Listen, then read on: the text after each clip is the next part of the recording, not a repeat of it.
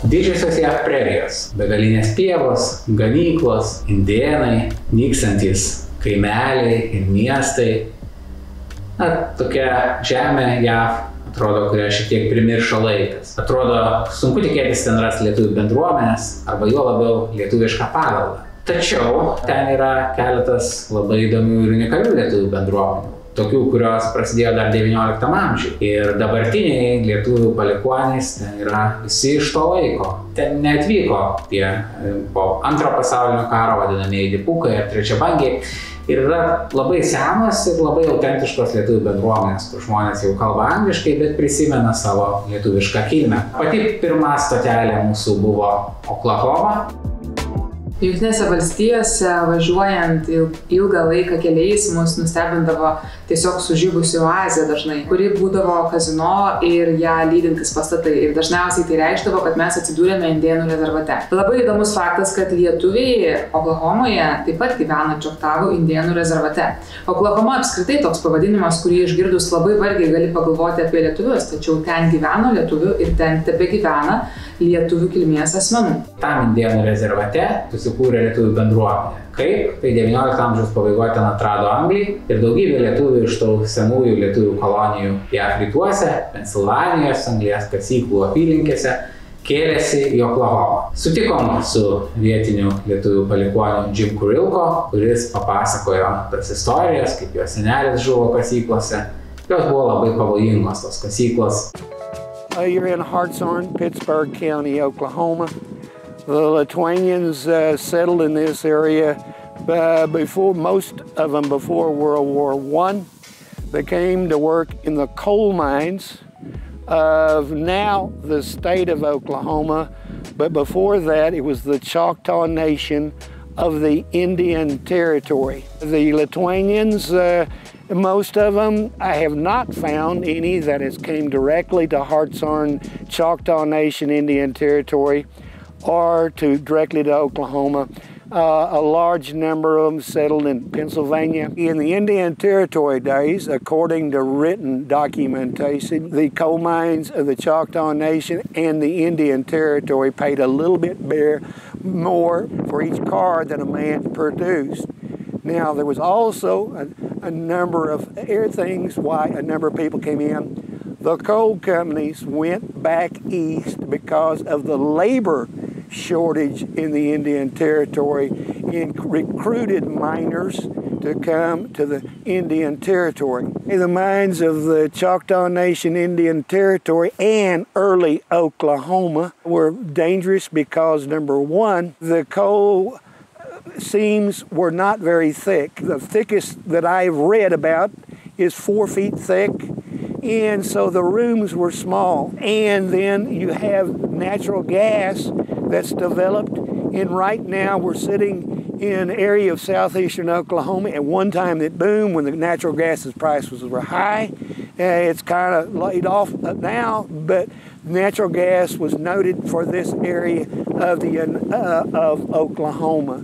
The coal mines of the Choctaw Nation Indian Territory, early state of Oklahoma, were the most dangerous mines in the world on the amount of coal produced versus how many men that were killed in the mines. Visas paveldas, lietuviškos vietos, kurias traukiam Tikslas Amerika žemėlapį Oklahomą, yra su tuo susijusios. Tai yra kelios kapinės, kuriuose gausu tų senų lietuvių kapų.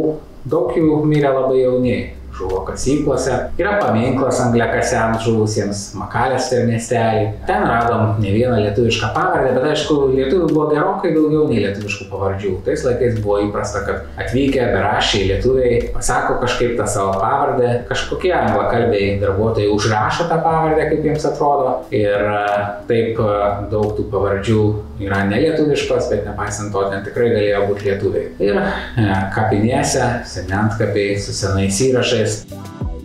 Buvo labai smagu susitikti ir susipažinti su Bažadragio, lietuviškai tokia pavardė, o angliškai tai skamba kaip buzidragis. Ir būtent tokios pavardės lietuvio garbei pavadinta mokykla, su kurio anūke Patricia Buzidragis mes ir susitikome. My grandfather was a principal here for 25 years. His mother and father both came from Lithuania. I think they both came to Ellis Island. My grandfather was born here. He became sick, probably a year or two before his retirement. So it kind of pushed him into an early retirement. But whenever he got ready to retire, the staff and community here felt that for all his service that he had done throughout the years for the school and the community, in his honor, they decided to name the school after him. He was very active with the students here. He was a member of the American Legion and had done a lot of community service through that.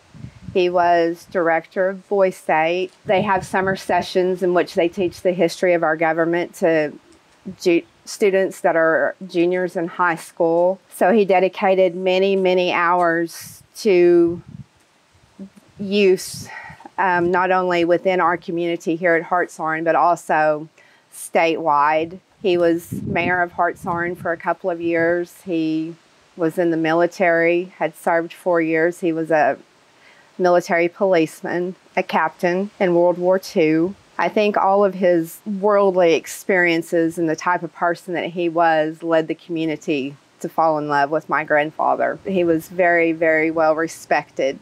I have a jacket that has Bezadragus on the back, and the pride I always carried with my last name. It always meant something to me, my heritage and where I came from.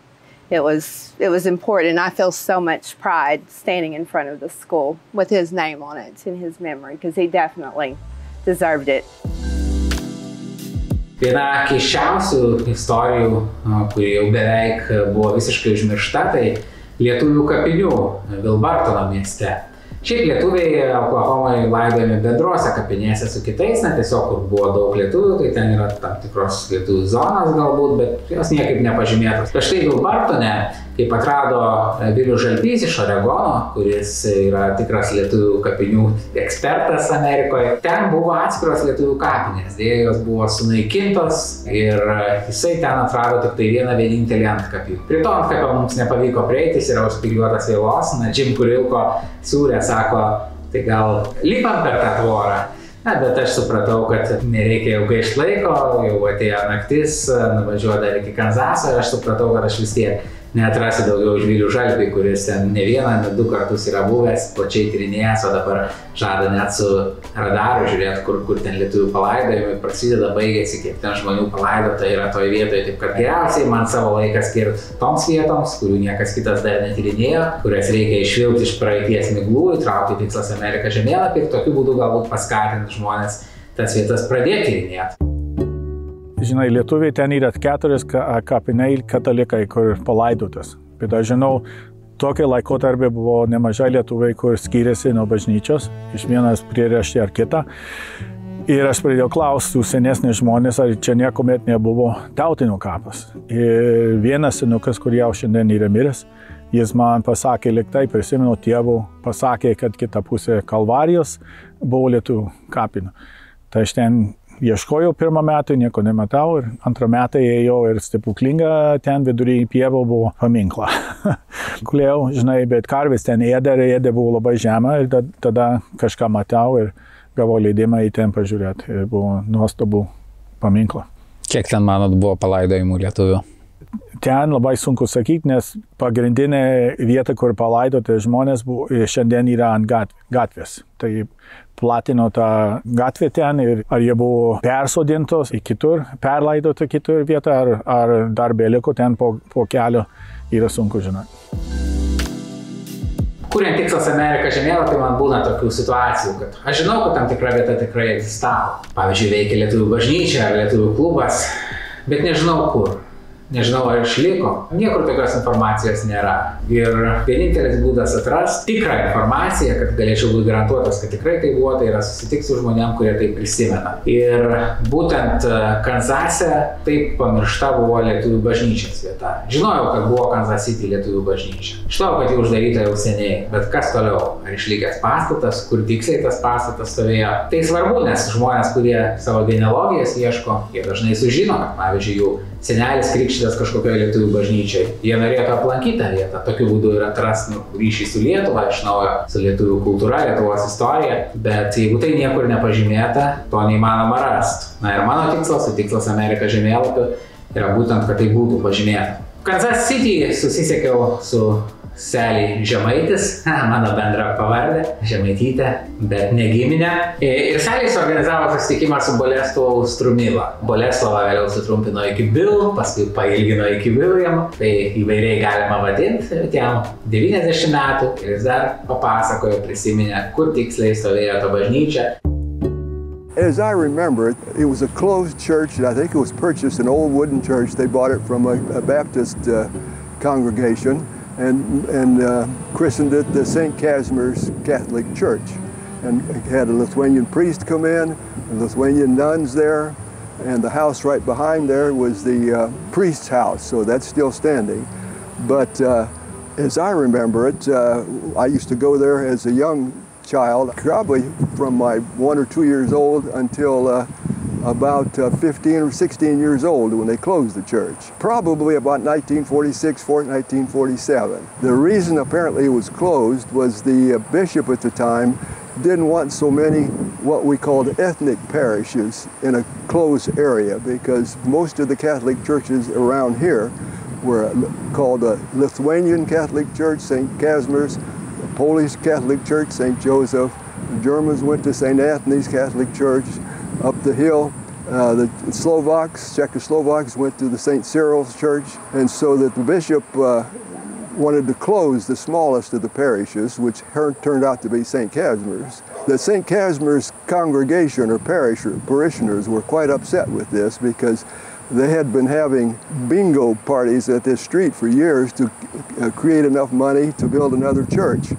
And they accumulated around $50,000, as I remember hearing, which was a lot of money back in 1947. And the bishop took that money, closed the church, and merged it up with St. Cyril's to become St. Cyril, Methodius, and St. Casimir. The parishioners were quite upset with this, including my own parents, who wouldn't go there. They went to St. Anthony's. Some of them went to St. John's.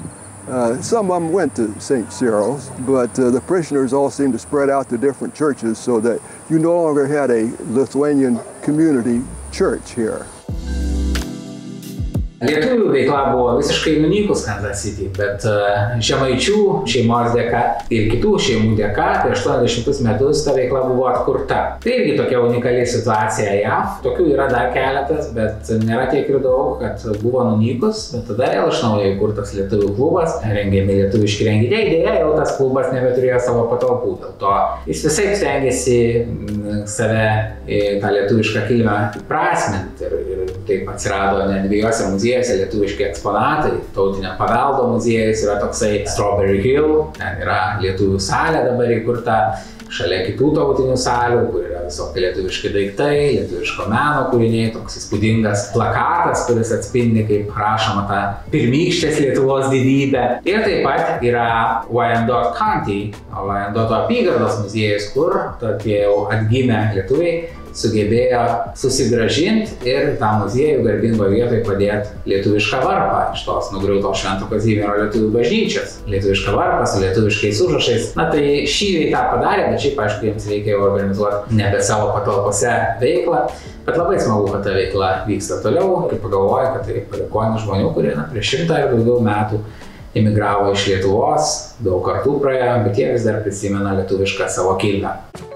Well, a lot of the community dispersed and people moved different places and married other people, of course, into other nationalities. But in my family, it was always very important that we honor our heritage. We ate the food. We talked about our traditions, and it was just always a very big deal in my family. Even though my grandmother was Irish English, my mother as well, it was just always a very big deal for us, Žemaitės family, to stay Lithuanian and keep honoring that. My father and his cousin at a funeral actually started talking about getting the community back together in about 1980, 1981.